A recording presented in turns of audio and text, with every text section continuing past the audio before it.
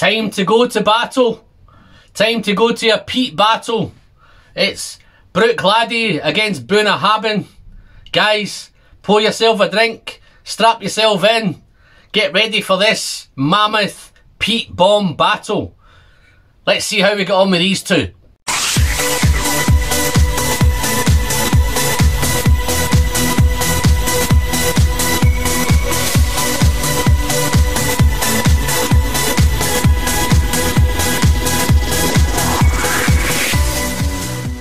Well, hello there folks, and welcome back to the Whiskey Friend with me, Alan. Yes, it's battle time, it's peat time, it's a peat battle, it's peat bombs, it's two brutes, two peat monsters. Got on my left, I've got the Bunnahabhain Staoisha, 6 years old.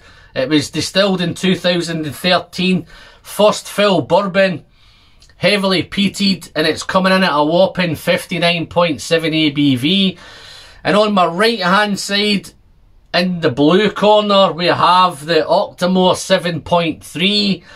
It's 5 years old, it's Isle of Barley, it's ppms at 169, and again it's coming in at a whopping 63% ABV. So two peat brutes, two monsters, and I think the Whiskey Friend, to get in between these two, I think I've got my work cut out. So without any further ado, I'm going to dive into them and just see what comes out of this. I've had them poured for a while, guys. I had to cover them up because they stunk out the shed. So I've had them covered by the Octomore's got Whiskey Friend coin number 99, and the Bunnahabhain has got coin number 100. So I'll take the grid of the coins, guys.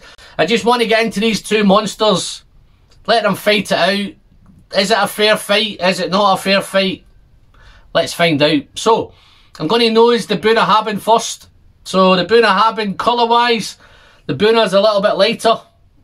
ABV's a little bit lower, but the age is a little bit higher. So, wow. On that nose right away, it's that kind of peaty, smoky, briny, sea salty, all the things you would expect. But this is not the slightest bit sweet. There's no floral nose to this. It's just brine, it's sea salt, it's smoke. It's a bit veggie, bit of vegetal notes. Outdoor, grassy, peat bog, that kind of nose. But once you get past it, there comes in this nice, I wouldn't say it's a sweet vanilla, I think it's just a soft vanilla note in the back. Picking up a little bit of citrus, thinking it might be maybe some tangerine, maybe some clementine. And right in the very, very back, there's a really, really nice milk chocolate note. So there's a bit chocolatey, but it's all subdued and it's all engulfed by the smoke and the peat and the brine.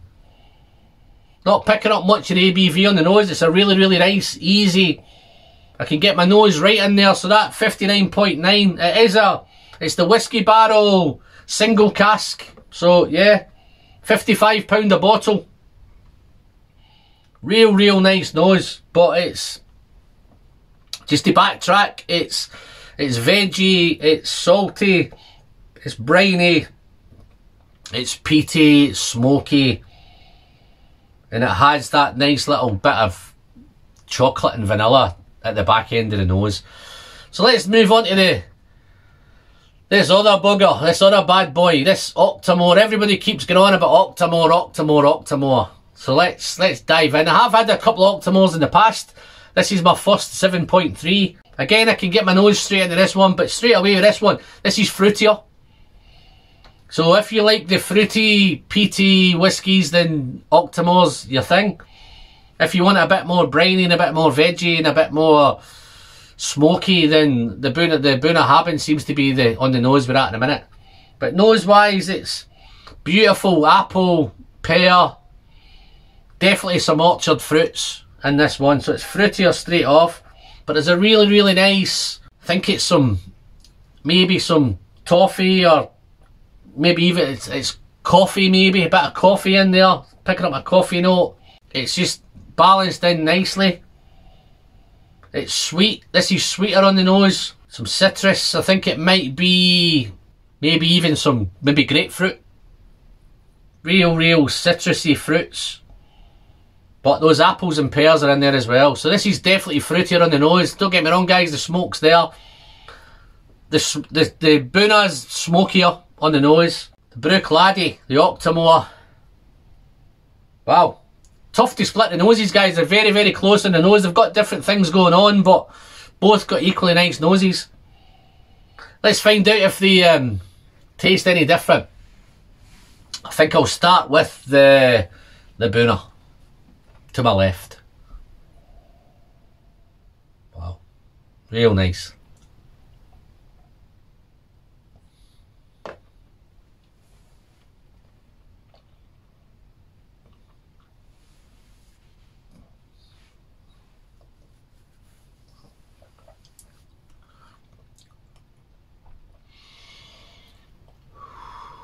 Wow, look at that. Where does that come from?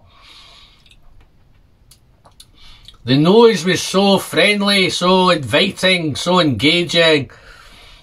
The minute you sip on the palate, it gets all aggressive. Gets all up in your face. It's punching its power out there now. Now it realises it's in a battle. The peat smoke is there. It's spicy. It's got an intense arrival. It's got an oily mouthfeel. Beautiful, thick, coats the palate. It's briny. It's salty. Wow, that's a first sip to waking me up. That's waking me up now, guys. So what I'm going to do now, it's a battle. I'm going to go in for a second sip and see if it's any less intense.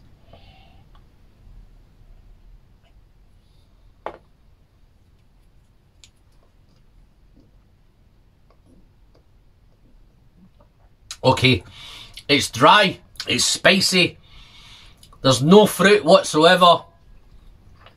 It's veggie, briny, salty, sea salty, all that kind of things you would expect. Smoky, it's big on the smoke.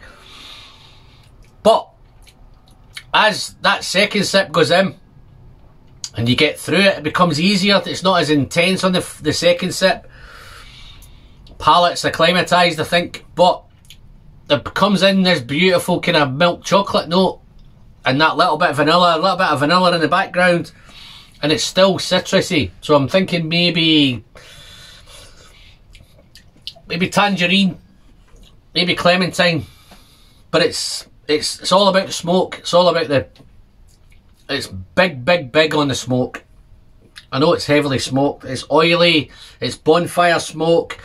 Little bit of toasted oak coming in now, so it's a bit oaky and a bit toasted, but really nice. Let's see what the Octomore's got to give.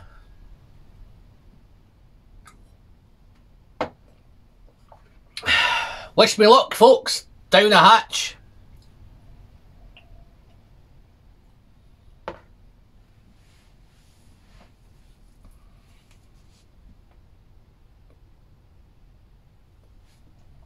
Five years old, Isle of Barley, 63% ABV,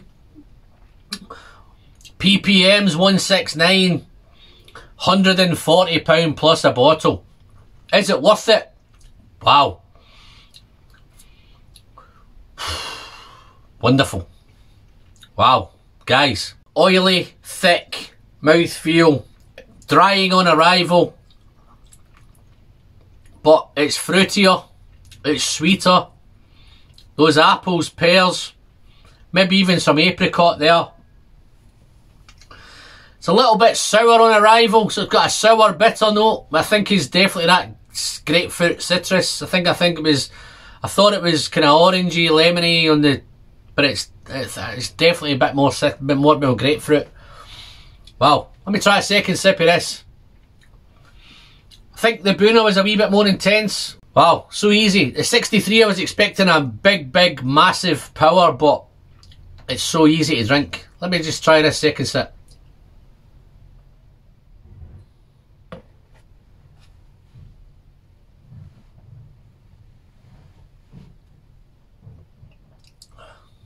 Wow.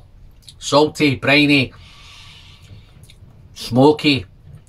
The Bunna's smokier. The Octomore's spicier and fruitier. That's more veggie. Both fantastic, both so different. The reason I've done these two, guys, is I did get a comment request to put these two together, so I'm trying to oblige the guys in the comments. So don't forget to dive into the comments, folks. Don't forget to hit that like button. If you've not hit that button down there, what are you waiting for? So this is the first of the... I'm trying to let people know that I'm watching the comments, so this is why I've tackled these two now. I did have the ability to do them, so wow. Both fantastic. This is a battle. This is a real battle. There's different things for different reasons. Different peat bombs. Different things going on with both of them. Let's do the finish and see if I can split them.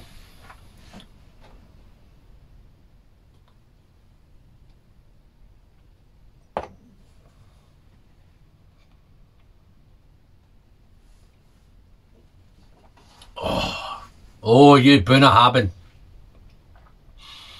Wow. Wow. Finish wise, it's long, it's long, it's long. It's going on. I was still in the finish from that first sip that I had, so this is, the finish is super long. It's smoky, really smoky. This dram's smoky throughout, from the nose to the palate to the finish. It's mega smoky. But that chocolate's there, the little bit of milk chocolate there's on the finish. The vanilla's on the finish, and some nice little oak on the finish. So there's a nice prolonged finish going on there. Let's see how the Octomore matches up on the finish. I'll try and pick a winner. I actually thought, going into this, because I knew what they were, I thought I was going to be able to pick a winner. Whether that's preconcepted, I'm a Bunnahabhain fan. I thought, yeah, Bunnahabhain all day long. I'm not a peat fan. Octomore, it's all hype and it's all too expensive and it's whatever. But let's see how the Octomore does in the finish.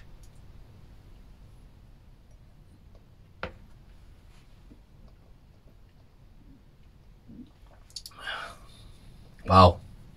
So nice. I can understand where you peatheads are coming from now, because that's two spectacular whiskies. Two spectacular young whiskies. And now everybody says peat's better younger. And I tend to agree now, because these are both absolutely fantastic drams. Finish wise, again, this finish just never stops. The Octomore. The only difference with the Octomore is it's pretty much one dimensional. I think it's pretty just, it's smoke and oak. I think that's all there is on the finish of that. I think the Bunnahabhain's got a wee bit more going on in the finish. I'm not going to lie, guys, when I came into this I was expecting the Bunna. I was going to pick the Bunna all day long. Price wise, it's £55 a bottle. Octomore's tough to get now. It's 7.3. I think they're up at 10 point, 11 point, whatever now. I thought it might be tough to get this Octomore. I think is £140 plus. This is £55, so I was expecting for it to Bunna all day long. But on the tasting of both of them, guys, I must admit, I think I prefer the Octomore to the Bunna. If I was going to go out and buy one of them, I could probably buy 3 Bunnas to this Octomore. And then, is it worth that much of a difference? I don't think it is. But purely on this tasting, my preference out of the two is the Octomore. My bank balance is telling me pick the Bunna. But yeah, the winner of this battle, guys, is the Octomore 7.3. You can catch us on all the social media platforms: Twitter, Instagram, Facebook, Patreon. If you want to pick up some Whiskey Friend coins, yes, I do have a few left, guys. Dive into the comments. I'll leave a link I'll leave a link to all of them in the description. You can catch up with me there. I'm Alan. I'm the Whiskey Friend. Until the next one, pleasure is in the sharing.